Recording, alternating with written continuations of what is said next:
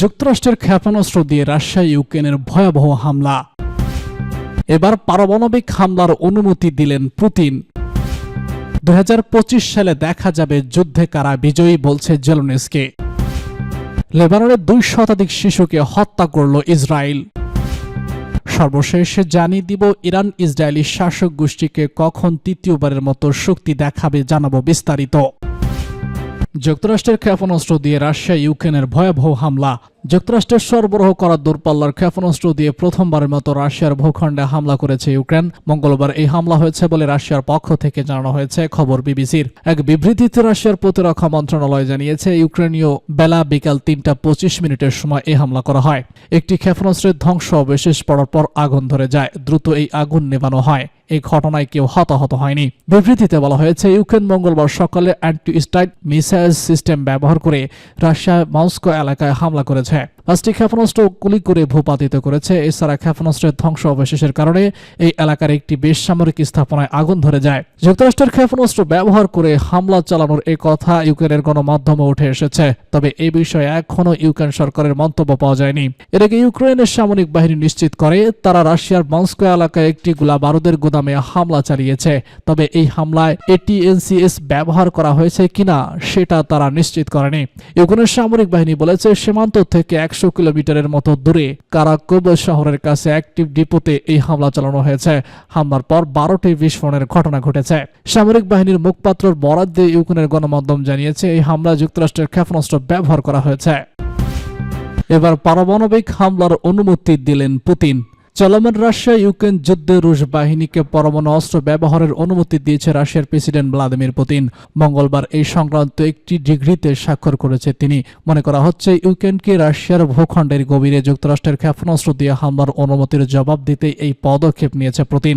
রাশিয়ার প্রতি ইঙ্গিত করে ডিক্রিতে বলা হয়েছে, পারমাণবিক শক্তিধর কোনো দেশের সমর্থন দিয়ে রাশিয়ার ক্ষেপণাস্ত্র হামলা চালানো হলে পাল্টা জবাবে পারমাণবিক অস্ত্র ব্যবহার করতে পারবে মস্কো। মঙ্গলবার যুদ্ধের 1000তম দিবস পালন করছে রাশিয়া ইউক্রেন। আজকের এই দিনেই পুতিন তার দেশের পরমাণু নীতি হালনাগাদ করে এই ডিক্রিতে স্বাক্ষর করেছে বলে সাংবাদিকদের জানিয়েছে পুতিনের মুখপাত্র এবং রুশ প্রেসিডেন্টের কার্যালয় সেক্রেটারি দিমিত্রি পেসকভ।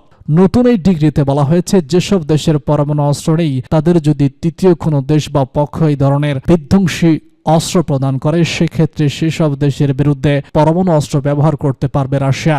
মঙ্গলবার মস্কোতে ক্রেমলিন কার্যালয়ে আয়োজিত এক ব্রিফিংয়ে পেসকভ বলেছেন, পরমাণু অস্ত্র নেই এমন কোন আগ্রাসী দেশের সঙ্গে পরমাণু অস্ত্র সমৃদ্ধিক কোনো দেশ যদি জোটবদ্ধ হয়, তাহলে তা আর একক নয় বরং যৌথ হামলায় পরিণত হয়। আর এমন পরিস্থিতিতে নিজেদের নীতি অক্ষুণ্ণ রেখে যে পদক্ষেপ নেওয়া উচিত আমরা সেটি নিয়েছি। পেসকভ আরো বলেছেন, রাশিয়া সবসময় পরমাণু অস্ত্র ব্যবহার করার বিপক্ষে। আমরা শুধু আমাদের নিরাপত্তার সার্বভৌমত্ব এবং অখণ্ডতা রক্ষার জন্য এই সিদ্ধান্ত নিতে বাধ্য হয়েছি। এর আগে গত রোববার ইউক্রেনের প্রেসিডেন্ট ভলোদিমির জেলেনস্কিকে রাশিয়ার অভ্যন্তরে যুক্তরাষ্ট্রের দূরপাল্লার ক্ষেপণাস্ত্র দিয়ে হামলার জন্য অনুমতি দেন যুক্তরাষ্ট্রের বিদায়ী প্রেসিডেন্ট জো বাইডেন। এই অনুমতির 2 দিনের মধ্যে পরমাণু অস্ত্র ব্যবহার বিষয়ক ডিক্রিতে স্বাক্ষর করেন পুতিন।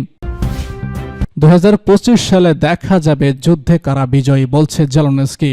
ইউক্রেনের প্রেসিডেন্ট ভলোদিমির জেলেনস্কি বলেছেন, প্রায় 3 বছর আগে রাশিয়া যে যুদ্ধ শুরু করেছিল তার জয় নির্ধারিত হবে 2025 সালে। ইউক্রেনের পার্লামেন্টে মঙ্গলবার একথা বলেছে জেলেনস্কি। তিনি বলেছেন, যুদ্ধের বিজয় কারা তা নির্ধারণের সময় ঘনিয়ে এসেছে। আগামী বছরই বিশ্ব জানতে পারবে কারা জয়ী। ইউক্রেনকে কারো নিয়ন্ত্রণে তুলে ধরা হবে না।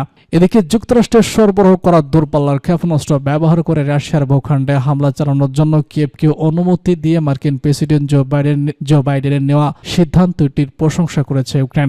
সোমবার ইউক্রেনের পররাষ্ট্রমন্ত্রী আন্দ্রিই সিবিগা বলেছেন, এই সিদ্ধান্তের মধ্য দিয়ে কিয়েভের আত্মবিশ্বাস জোরালো হবে। জাতিসংঘের নিরাপত্তা পরিষদের বৈঠক সামনে রেখে সিবিগা বলেন, এই সিদ্ধান্ত গেম চেঞ্জার হতে পারে। যত দীর্ঘ সময় ইউক্রেন হামলা চালাতে পারবে, যুদ্ধ তত কম সময় স্থায়ী হবে। যুক্তরাষ্ট্রের মিত্রদেশ ইউক্রেনের উপর রাশিয়ার হামলার 1000 দিন পূর্তি উপলক্ষে নিরাপত্তা পরিষদের এই বৈঠক আয়োজন করা হয়েছে। সিবিগা মনে করেন, রাশিয়ার ভূখণ্ডের সামরিক স্থাপনায় হামলার পূর্ণ অধিকার কিয়েভের আছে। তিনি বলেন, যুদ্ধক্ষেত্রের পরিস্থিতির উপর এর ইতিবাচক প্রভাব পড়তে পারে। মার্কিন প্রেসিডেন্ট হিসেবে মেয়াদ শেষ হওয়ার 2 মাস আগে ইউক্রেনকে রাশিয়ার দূরপাল্লার মার্কিন ক্ষেপণাস্ত্র ব্যবহারের অনুমতি দিয়েছে জো বাইডেন। নবনির্বাচিত ডোনাল্ড ট্রাম্প 2 মাস পর বাইডেনের স্থলাভিষিক্ত হবেন। ধারণা করা হয় কিয়েভকে সহযোগিতার ব্যাপারে কম আগ্রহী। গতকাল সোমবার রাশিয়া অভিযোগ করেছে বাইডেন এই পদক্ষেপের মধ্য দিয়ে উত্তেজনা বাড়িয়ে দিচ্ছেন। লেবাননের 2 শতাধিক শিশুকে হত্যা করেছে ইসরায়েল। 2 মাসে ইসরায়েলি হামলায় লেবাননের 200-রও বেশি শিশু নিহত হয়েছে বলে জানিয়েছে জাতিসংঘের শিশু বিষয়ক সংস্থা ইউনিসেফ। এ সময় আরও 1100 শিশু আহত হয়েছে। জেনেভায় এক সংবাদ সম্মেলনে ইউনিসেফের মুখপাত্র জেমস হোন্ডাল জানিয়েছেন, লেবাননের 200 জনের বেশি শিশু নিহত এবং এরপরও সহিংসতা বন্ধে উল্লেখযোগ্য কোনো উদ্বেগ দেখা হচ্ছে না। গত 2 মাসে লেবাননে প্রতিদিন অন্তত 3 জন শিশু নিহত হয়েছে বলেও জানিয়েছে ইউনিসেফ। অনেক শিশু আহত এবং মানসিক সমস্যায় ভুগছে। হিজবুল্লাহ এবং ইসরায়েলের মধ্যে চলমান সংঘর্ষে লেবাননে পর্যন্ত 3510 নিহত হয়েছে বলে জানিয়েছে কর্তৃপক্ষ। এন্ডার বলেছেন, গত বছরের 7 অক্টোবর থেকে লেবাননে ইসরায়েলি হামলায় সব মিলিয়ে 231 জন শিশু নিহত হয়েছে। তিনি বলেছেন, আমাদের প্রত্যাশা আগের মতো পরিস্থিতি লেবাননে না হোক। ইরান ইসরায়েলি শাসক গোষ্ঠীকে কখন তৃতীয়বারের মতো শাস্তি দিবে জানাবো বিস্তারিত। ইরানের পররাষ্ট্রমন্ত্রী তার দেশে ইসরায়েলের সাম্প্রতিক তথাগত 26 অক্টোবর হামলার প্রসঙ্গে বলেছেন, ইসলামী ইরান জবাব দেওয়ার নিজ অধিকারটি বাতিল করেনি এবং সঠিক সময়ে এই হামলার উপযুক্ত জবাব দেবে। সায়েদ আব্বাসি কারাকচি ইরানের ইসলামী বিপ্লবী গার্ড বাহিনী বা IRGCর একদল কমান্ডার ও কমান্ডো কেন্দ্রের একদল কর্মীদের সমাবেশে বলেছেন, ইরান আনুষ্ঠানিকভাবে বিশ্ব সমাজকে জানিয়েছে যে ইসরায়েলি সাম্প্রতিক ইরানে যে হামলা চালিয়েছিল তা একটি নতুন হামলা ও এর জবাব ইসরায়েলকে পেতেই হবে। কারাকজি সত্য প্রতিশ্রুতি 3 নামক অভিযান বাস্তবায়নের সময় প্রসঙ্গে বলেছেন, গত 12 মাসে ইরান অত্যন্ত সতর্ক ও কৌশলগত আচরণ করেছে এবং ইরানের সিদ্ধান্তগুলো উত্তেজিত ও ভাগ্যপূর্ণ ছিল না। সত্য প্রতিশ্রুতি 3 এর ক্ষেত্রেও তা এই ঘটবে। ইরানের কূটনৈতিক বিভাগের প্রধান কেবল যুদ্ধের প্রস্তুতি যুদ্ধ ঠেকাতে পারে এই কথা উল্লেখ করে বলেছেন, যেন শত্রুরা হুমকি দিচ্ছে তারা প্রতিপক্ষের দুর্বলতার অপেক্ষা করছে, তখন তারা দুর্বলতা বুঝতে পারে তখনই আঘাত করে। তাই যুদ্ধ পরিস্থিতিতে খুব দৃঢ় ও শক্তিশালী থাকা জরুরি। ইরানের পররাষ্ট্রমন্ত্রী যুদ্ধের ময়দান ও কূটনীতিকে অবিচ্ছিন্ন হিসেবে উল্লেখ করে বলেছেন, কূটনীতি শক্তির উপর নির্ভর করেই চলে এবং শক্তি না থাকলে কূটনীতি কাজে লাগে না।